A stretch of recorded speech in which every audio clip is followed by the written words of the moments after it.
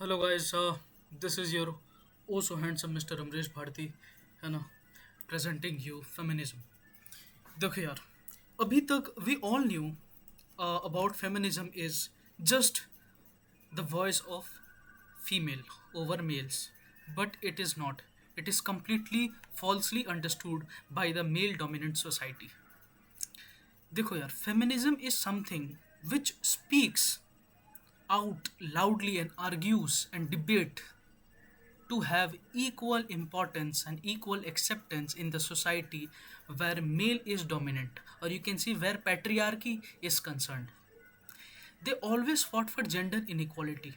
वो समाज में इक्वल पायदान पे जस्ट खड़े होना चाहते थे, और इस चीज़ को फेमिनिज्म कहा जाता है. वो डिस्क्रिमिनेशन के ऊपर आवाज़ उठाना चाहते थे, वो रंग भेद के ऊपर आवाज़ उठाना चाहते थे. वो हर जगह जहाँ फीमेल को ऑप्रेस किया जाता है वहाँ पे उनकी समानता की लड़ाई थी. इसी कंसेप्ट को फेमिनिज्म कहते हैं. आइए टेक्स्ट में पढ़ा जाए. ये वीडियो काफ़ी इंटरेस्टिंग होने वाला है. वीडियो के अंत में मैं कुछ नेमोनिक्स बताऊंगा इन बिटवीन, जिसको याद करके आप एग्ज़ाम में अच्छा परफॉर्म कर सकते हो. ऐसे कहने से आप यहाँ रहोगे, तो इसीलिए मैं कहा हूँ. आगे बढ़ते हैं. Feminism is a political, social and intellectual movement that seeks equality between man and women. ठीक है, आई थिंक अभी तक वॉइस क्लियर नहीं आ रहा होगा, थोड़ा सा एडजस्ट कर लेना गाइस. ठीक है, क्योंकि हेडफोन नीचे था. So basically, feminism aims to secure equal rights, opportunities, dignity and freedom for women in political, economical, social and cultural life. ये चार चीज़ याद रहनी चाहिए. Political, economical, social and cultural, ये चारों जगह वुमेन का राइट्स को प्रोटेक्ट करने के लिए, उसको equal representation in the society मिलने के लिए ये पूरा ही कंसेप्ट जन्म लिया है.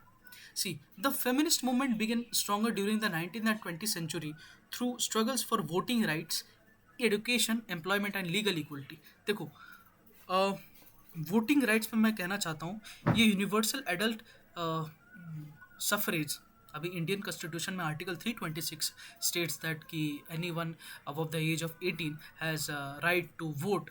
ठीक है, irrespective of their region, race, caste, sex और कलर.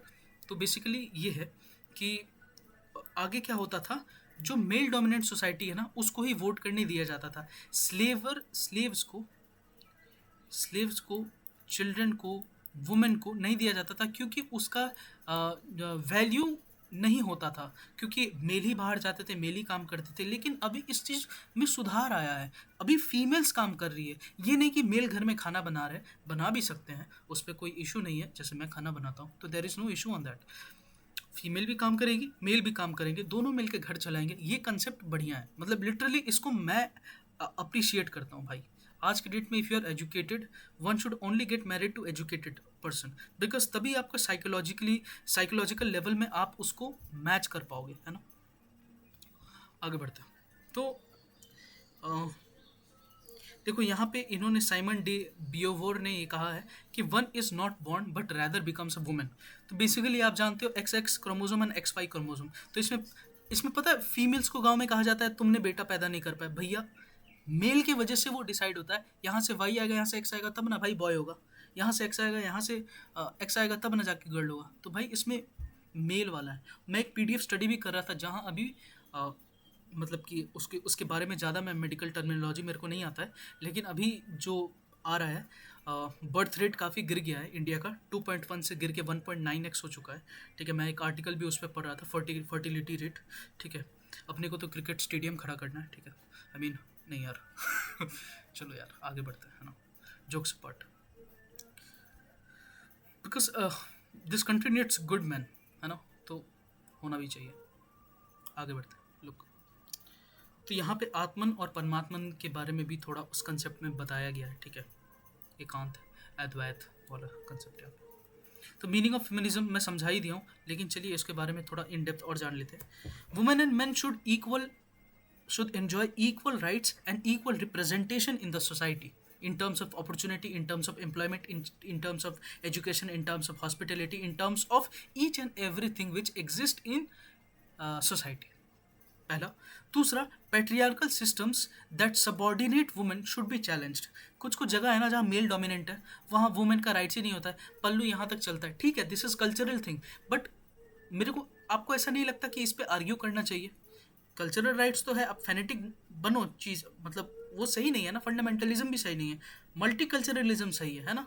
फेमिनिज्म इस पे आर्ग्यू करती है इस चीज़ को कि there is a need, an urgent need to have some change in the society, है ना, क्योंकि ये रिलेटिव है, जैसे अमेंडमेंट भी अमेंड होता है, स्टैटिक नहीं है, तो कल्चरल नॉर्म्स भी रिलेटिव है, ठीक है ना, इसको चेंज की आवश्यकता है। आगे बढ़ता है, gender based discrimination should be removed. जैसे आर्टिकल 15 अपना कहता है कि state shall not discriminate against any religion, race, caste, sexual colour. In the same way कभी भी डिस्क्रिमिनेट नहीं करना चाहिए and in terms of their gender, ठीक है। तो जेंडर इनइक्वालिटी को भी चैलेंज करता है और आर्ग्यू करता है फेमिनिज्म, ठीक है। आगे बढ़ता है, इट्स वेरी इंपॉर्टेंट। तो यार मैंने इस पे थोड़ा सा कॉमिकली इस चीज़ को कहा है कि फेमिनिज्म चलता है घर पे भैया। तो इनफॉर्मली आप देखते हो कि अपनी माँ का काफ़ी ज़्यादा चलता है अपने पिताश्री के ऊपर। तो ऐसा होना भी चाहिए, क्योंकि पिताश्री बाहर जाते हैं, काम करते हैं, मेल डोमिनेंस दिखाते हैं, लेकिन घर में आने के बाद अगर महिला की चार बातें नहीं सुन सकते तो भैया आपका मर्दांगिनी फिर सामने नहीं आता है। It should not be you come at home and you just speak random words to your partner. It should be, you should be very understanding, very humble, very downtrodden and down to earth, and be as as humble as possible, as silent as possible as a being, है ना। क्योंकि you fight your battles outside, but the sound should not, but the chaos should not come inside the home, because यही है work life balance. जो काम में चल रहा है that should not be discussed here, है ना। It should be discussed if both of you stand at that podium where you both understand each other। जब आपका पूरा लाइफ ही उस पर आइटरेट कर रहा है, जैसे मैं लॉयर हूँ, मेरे पत्नी भी लॉयर है, तो भाई हम लोग तो भाई केस का ही बात करेंगे ना। इन द सेम वे अगर मैं बिजनेस करता हूँ, मेरा वाइफ भी बिजनेस करती है, तो अपन बिजनेस के कन्वर्सेशन में आइटरेट करेंगे जिससे हमें खुशी मिलती हो। इन द सेम वे अगर मैं रहने देते रहने देते हैं, अगर मैं डैश हूँ, अगर वो डैश डैश है, ठीक है, तो अपना डैश डैश क्लैश होगा ना। क्लैश नहीं होगा, डिपेंड करता है कि दोनों पार्टनर्स कैसे हैं, ठीक है। तो फेमिनिज्म पे मैं थोड़ा सा सोशल रिलेशनशिप वाला मैं गुरु में टाइप में चला गया, बट ठीक है। इसका नेमोनिक्स काफ़ी अच्छा है। मेन फीचर्स है ईगो वुमेन, ठीक है, मतलब याद करने के लिए, ठीक है ना, मतलब इससे वो नहीं है। तो ईगो वुमेन, तो ego means equality, gender justice, opposition to patriarchy, and W से वुमेन राइट्स, ठीक है। तो अपन आगे बढ़ते हैं। ई से equality because feminism stands equal political, economical, social and cultural rights, ठीक है। ये तो याद ही हो जाना चाहिए, तो मुंह में रहना चाहिए, ठीक है। अपोजिशन टू पैट्रियार्की, बिल्कुल, where male is dominant women should also be there, ठीक है ना। Feminist criticise this demeanour. Third is women rights. देखो यार, वुमेन राइट्स में मैं काफ़ी कुछ कहना चाहता हूँ। वुमेन राइट्स पे फेमिनिज्म कैसे मतलब प्ले कर रहा है। First is education. देखो, अगर वेस्ट बंगाल में आओ तो आपको पता है कन्याश्री प्रकल्प हो, ठीक है, और ये अंकोश्री भी चलता है, ठीक है ना, ऐकोश्री जिसको कहते हैं। फिर स्वामी विवेकानंद मेरिट कम स्कॉलरशिप है, वो भी चलता है, ठीक है। एक है single girl child, central government का, ये भी चलता है। एक है प्रगति, एक है उड़ान, ठीक है ना। बेसिकली ये सारे स्कीम्स है जो एजुकेशन को अपन सपोर्ट करते हैं, ठीक है। एम्प्लॉयमेंट पे आ जाओ तो देखो, अभी आर्टिकल 39D ऑफ और Indian constitution states that equal work for equal pay, equal pay for equal work. मतलब अगर सेम काम मेल और फीमेल दोनों कर रहे हैं, doesn't matter of efficiency, just matter if woman is also standing at that designation and that place, she should be paid equally, ठीक है ना। तो कोई भी कभी भी कुछ भी कर सकता है, ठीक है। इसीलिए आपको अपने फॉर्म में इस चीज़ को करना चाहिए, ठीक है। ये क्या है कि अर्बन एरियाज़ में काफ़ी ज़्यादा पॉपुलर है, रूरल एरियाज़ में नहीं है। और मतलब अगर सेम वर्क कर रहा है तो ही इसको करना चाहिए, और इसीलिए कानून पढ़ना चाहिए। अगर आप कॉन्स्टिट्यूशन पता है, बस PIL फाइल कर दो यार, रेट फाइल कर दो, बस हो गया। अगर आपने कॉन्स्टिट्यूशन पढ़ा है तो भैया आपके पास सुप्रीम अथॉरिटी है। लिटरली इंसान आपसे डरेंगे, मतलब आप इंसान को नहीं डराओगे, इंसान आपसे डरेंगे कि भैया ये इन्फॉर्मेशन वाला बंदा है, इससे लड़ना नहीं है, ठीक है। यही बात है। लाइक अभी चीफ जस्टिस ने भी कहा था कि हम कॉकरोचेस हैं, कुछ कुछ टिकटॉकर बन जाते हैं, कुछ कुछ एजुकेशनल चैनल खोल लेते हैं, कुछ कुछ सोशल मीडिया पे इन्फ्लुएंसर बन जाते हैं, कुछ कुछ RTI एक्टिविस्ट बन जाते हैं, कुछ कुछ ये बन जाते हैं, वो बन जाते हैं। तो मिस्टर गवाई जी, बात ऐसा है, मैं एक चीज़ कहना चाहता हूँ। तो आपकी लीगलिटी टर्म्स में भी, विद ऑल ड्यू रिस्पेक्ट, अगर आप कोई स्टेटमेंट से एक कंट्री के अंदर मतलब ऐसा सिचुएशन खड़ा कर देते हैं जहां लोग प्रोटेस्ट पे उतर जाते हैं, तो दैट स्टेटमेंट भी कोड ऑफ कंडक्ट में आ जाता है। ठीक है, जो एक मतलब कि इम्बैलेंस इन द कंट्री कर देता है, और वो फिर अगेंस्ट नेशनल इंटरेस्ट हो जाता है।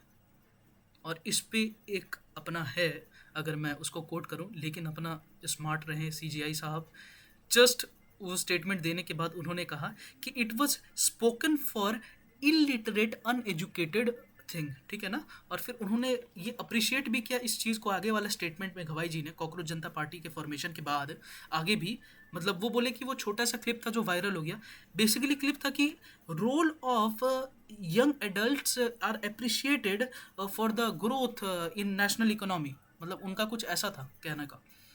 तो वो प्रोटेक्ट हो गया, लेकिन मतलब सच में अगर वैसा कुछ होता तो आपको भी पता है और हमें भी पता है और कोई भी एडवोकेट को पता है, लॉयर को पता है ना, जो थोड़ा बहुत भी जानता हो कि अगर देश में कोई स्टेटमेंट की वजह से अगर मतलब इंटीग्रिटी चैलेंज हो रहा है, इंस्टेबिलिटी आ रहा है, और कुछ ना कुछ ऐसा चीज़ हो रहा है जहाँ पूरे मतलब मास पे इफेक्ट पड़ रहा है, तो पता है ना इस सोसाइटी में हर एक चीज़ मास पे चलती है। तो अगर मास प्रोटेस्ट हो जाएगा, तो I think in public platform apologies मांगनी पड़ती है। ठीक है, with all due respect to everyone practising law. ठीक है, इसीलिए भाई lawyer should be appreciated because they know our rights more than us, and we should know our rights. आगे बढ़ते हैं। तो ये प्रॉपर्टी पता ही है, प्रॉपर्टी वाला जो है कानून ये हो गया था, मतलब चेंज हो गया था, राइट टू प्रॉपर्टी बन चुका है, पता है ना। अभी महिला भी अपने आधार पर अपना प्रॉपर्टी ले सकती है। मैं याद करवाता हूँ आपको लॉर्ड डलहौजी का डॉक्ट्रिन ऑफ लैप्स, जहाँ वुमेन को प्रॉपर्टी राइट्स नहीं मिलता था। ठीक है ना, अगर लैप्स मतलब कि समझाऊँ, मतलब आपका बेटा हुआ ही नहीं, आप अडॉप्ट कर ही नहीं सकते हो, आपका वुमेन है तो आप उसको प्रॉपर्टी दे ही नहीं सकते हो, तो प्रॉपर्टी लेगा कौन? लॉर्ड डलहौजी ले लेंगे। ऐसे करके करते कितना सारा चला गया, एनेक्सेशन हो गया, अवध हो गया, शाजाबाद हो गया, ठीक है, बहादुरगंज हो गया। ऐसे करते करते भाई ये लोग काफ़ी ज़्यादा डोमिनेशन कर लिए थे ब्रिटिश। इसीलिए मैं कहूँ कि बैटल ऑफ पलासी 1757 से डोमिनेशन स्टार्ट हुआ, कॉलोनियल रूल। खैर वहाँ से यहाँ कहाँ कहाँ रिलेट कर दिया मैं। रिप्रोडक्टिव फ्रीडम, यस भाई, after marriage, I mean why I had spoken this because यार मैं सच बताऊँ, मतलब dash with I mean, just because I'm not speaking anything, but dash with consent is recognized by Supreme Court itself, but I prefer कि भाई after marriage और with consent, if both parties, मतलब both parents agree to have mutual relation, then only it's possible, and that is your privacy purpose। उसके बाद कह मत देना, नहीं तो भाई हो जाएगा एल। ठीक है, आगे बढ़ते हैं। समझ रहे हो ना, both parties agree to have mutual understanding. ठीक है, इफ डोंट भाई, तब तो भाई तुमको तोप का गोला खाना पड़ेगा। मतलब मेरा ऐसा मानना है, क्योंकि हम मॉडर्निटी की तरफ शिफ्ट हो रहे हैं। अगर मैं ऐसा ऑर्थोडॉक्स बात करूंगा फिर तो होगा नहीं ना। ठीक है, अब पता है लिव इन पे भी केस चल रहा था एक, पता है ना क्यों? क्योंकि लिव इन में बंदे रहते हैं, उसके बाद क्या होता है, लड़का जो है ही शिफ्ट्स, क्योंकि उसे मजे लेने होते थे। ठीक है ना, और फिर डिस्टेंस हो जाता है, फिर लड़की का लाइफ स्पॉइल हो जाता है। फिर वो बोलती है कि भैया हम तो इसके साथ थे, ऐसा ऐसा बात है। फिर आप कोर्ट में केस करने चल जाते हो, फिर ये कहता है आपने तो पूरा इसका लाइफ को स्पॉइल कर दिया। तो फिर जज पूछते हैं कि आपको बोला किसने था कि इसके साथ लिव इन में रहने के लिए। तो ऐसा कुछ एक केस हुआ था सुप्रीम कोर्ट पे, और तो उसके बाद मतलब काफ़ी सारा हुआ। मैं इन डिटेल इसका टर्मिनोलॉजी नहीं जानता कि एक्चुअली इस पर जजमेंट क्या आया क्या नहीं आया, बट लिटरली मैं सच बताऊँ, सब डिपेंड करता है mutual consent from the home. It's not about having this, it's about having any bond, it should have mutual। Literally मैं इस पे बहुत डीप आर्ग्यू कर रहा हूँ बिकॉज ऑफ दिस आरजी कर एंड ऑल इंसिडेंट। ठीक है, म्यूचुअल कंसेंट।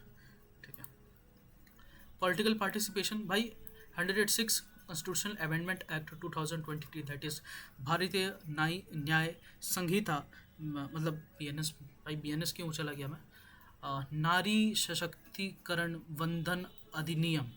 ठीक है, that is women's reservation bill, that is 33% of seats should be reserved in the you know, मतलब आगे पढ़ेंगे लोकसभा वगैरह में। ठीक है ना, सकते हो राज्यसभा वगैरह में, ठीक है, लोकसभा में नहीं होता है। तो अपन इसको आगे पढ़ाएंगे पॉलिटिकल पार्टिसिपेशन, क्योंकि मैंने इसमें लिखा हुआ भी है।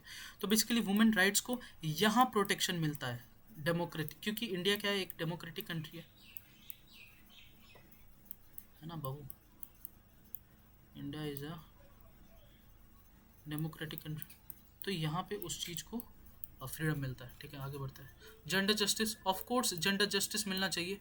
जेंडर स्टीरियोटाइप्स कहीं कहीं जगह है जहाँ एक्सेप्ट ही नहीं किया जाता है फीमेल को आना या फीमेल का कुछ करना। जैसे अभी भी मतलब फेमिनिज्म का और एक ब्रॉड पर्सपेक्टिव पढ़ाना चाहिए, जो कि है ये क्या नाम है, कास्टिज्म एंड क्रीडिज्म।